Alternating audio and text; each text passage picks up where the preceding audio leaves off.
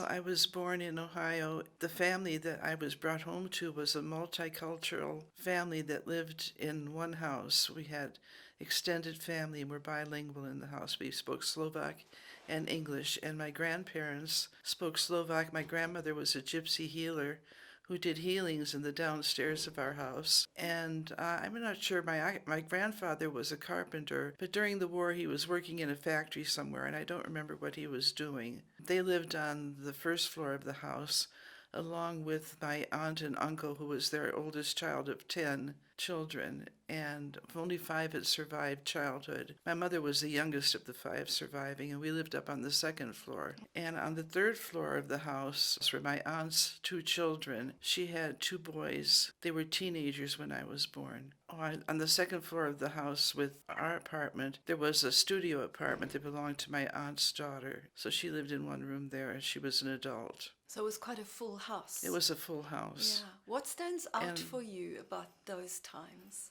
when you think back? Well, it wasn't that we lived in our own little space. We all lived in the whole house. The downstairs, for example, was the community kitchen and the meeting place for everybody. It was also in my grandmother's healing space. And in the basement, we always had a bed for someone who didn't have a place to live for a moment or for a time. There was a section that was made into like a little bedroom. So it was a house that was kind of open to the community. Yeah. And so what happened when you went to school? Was it Slovak or English?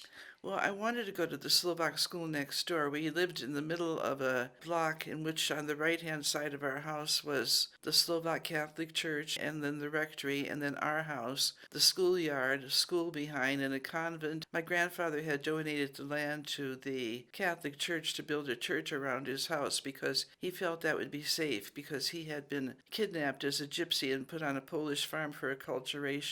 But his family had found him and brought him to America, and then when he raised enough money working, he built this house in the middle of this property and donated the rest. So he instilled kind of a fear of kidnapping in me when I was a kid, which was not a really good thing because I still am really fearful when I walk down the street. I'm very careful. Ours was a multicultural neighborhood. There was a Polish church diagonally across from our house and with a school, and there was 2 blocks of Polish people that lived there, and he would never let me walk in the Polish neighborhood In case you got kidnapped. in case I would get kidnapped.